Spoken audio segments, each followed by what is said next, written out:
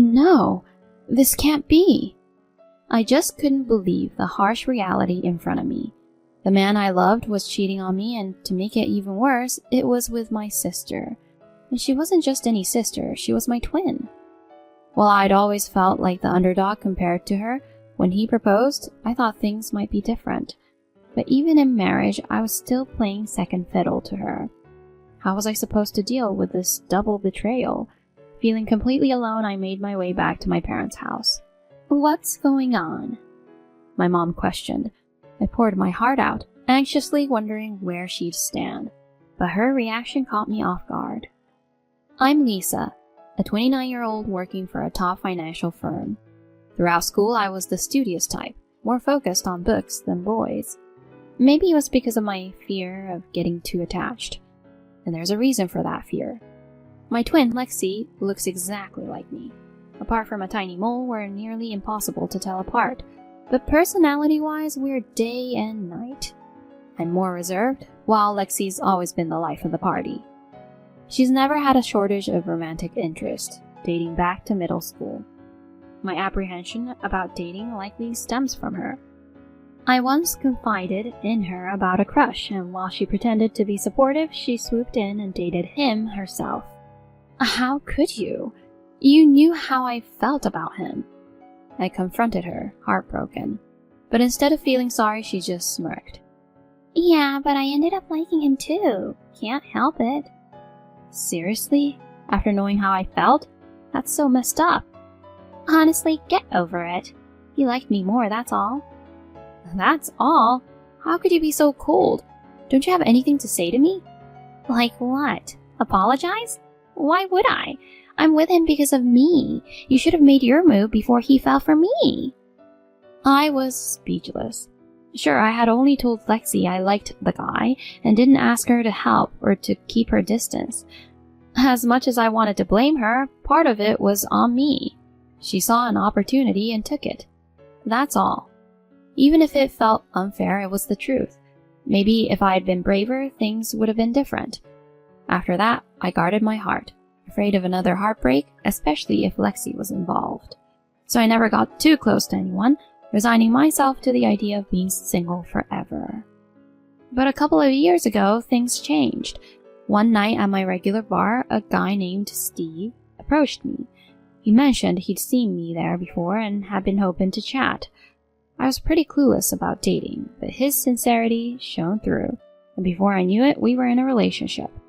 A year later, we got engaged, but in the back of my mind, I couldn't shake the fear. What if he met Lexi and fell for her charms? But all that anxiety was for nothing. He looked me in the eyes and said, "Fall for your sister? No chance. It's you I love, Lisa." But everyone always picks her over me. Aw, is that so? Well, maybe she's a tad more outgoing. Right?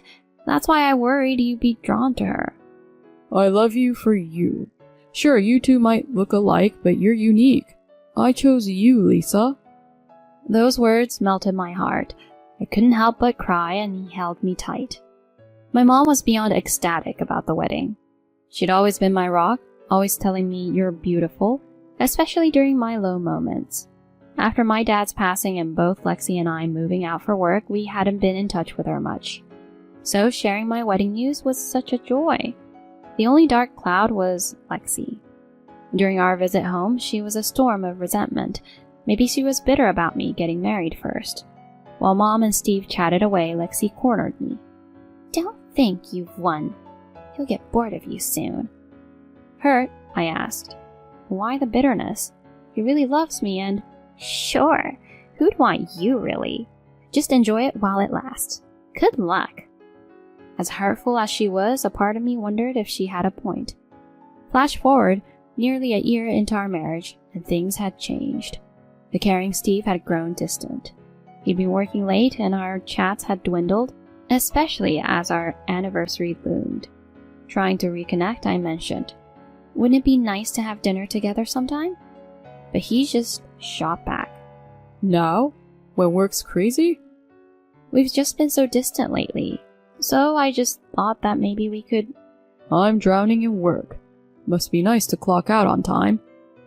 I'm sorry. Little things began to stand out, like how he went from calling me honey to just Lisa, but the biggest blow was yet to come.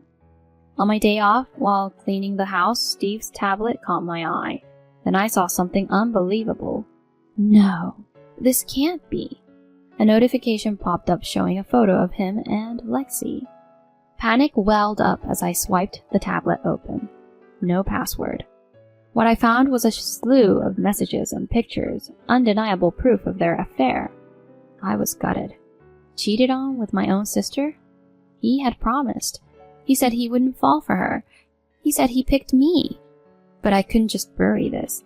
Maybe if we talked and he was truly sorry, we could find a way back. I steeled myself to confront him that evening. When he finally walked in, he seemed taken aback to find me waiting. "You're still up?" He muttered, trying to walk past. I blocked his way and blurted, "You've been seeing Lexi behind my back, haven't you? What's up with that?" "Huh? What are you talking about?" "Come on! I stumbled upon your tablet today. The jig is up." "You shouldn't snoop. But since you know, yeah, I've been seeing her." His confession hit me hard, but then he added, "For the record, I was with Lexi before you came into the picture." I was stunned. What's that supposed to mean? "I was actually dating her first, but she had a bunch of debt. Once I realized you had a stable job, I thought, why not marry you and use the money to help her out?" Wait, what? So the cash I've been handing over for household expenses? "Yeah, I might have exaggerated a bit and skimmed some off the top. Thanks to you, Lexi got a good chunk of change." I felt like the floor had been pulled out from under me. He'd only used me to pay off Lexi's debt. When we first got hitched, he took charge of our finances. Every time he'd ask, I'd just transfer money to our joint account, clueless that he was funneling it to Lexi. Then he shoved some divorce papers in my face. "Now that you're in the loop, I don't need you. I'm going back to Lexi." My heart shattered. What was I going to do? Heartbroken and overwhelmed, I signed the papers and went straight to my childhood home. Answering the doorbell, my mom's face showed a mix of shock and concern. "What's going on?" she inquired. I poured my heart out, wondering if she'd be on my side. As I shared my story, she just nodded and then, to my shock, said, "Well, good riddance." Wait, good riddance? Yeah, better off without a guy like that. Mom, he betrayed me with my own sister. And that's why it's good he's out of your life. It's not that simple. I feel so used. She pulled me into a hug and whispered, "It'll be okay. I got this." I was drained and didn't push for answers. But 2 days later, Steve and Lexi, thanks to my mom's summons, walked in. I didn't want to face them, but there I was, staring them down. They shot me smug grins and I wanted to run. Breaking the tense silence, my mom chirped, "So, Lexi, you and Steve are tying the knot?" Lexi replied, almost gloating, "You knew? Yes, he was mine first anyway. We're just a better fit, don't you think?" Without missing a beat, my mom responded, "Oh, for sure. 2 peas in a trashy pod." Lexi looked stunned. Then my mom handed them a paper. A shaky Lexi read, "Compensation to Lisa for $90,000? What? That's way too much." "Is it? After everything you did? Do you want this to go to court?" "Court? Mom, that's a bit extreme, don't you think? I'm your daughter.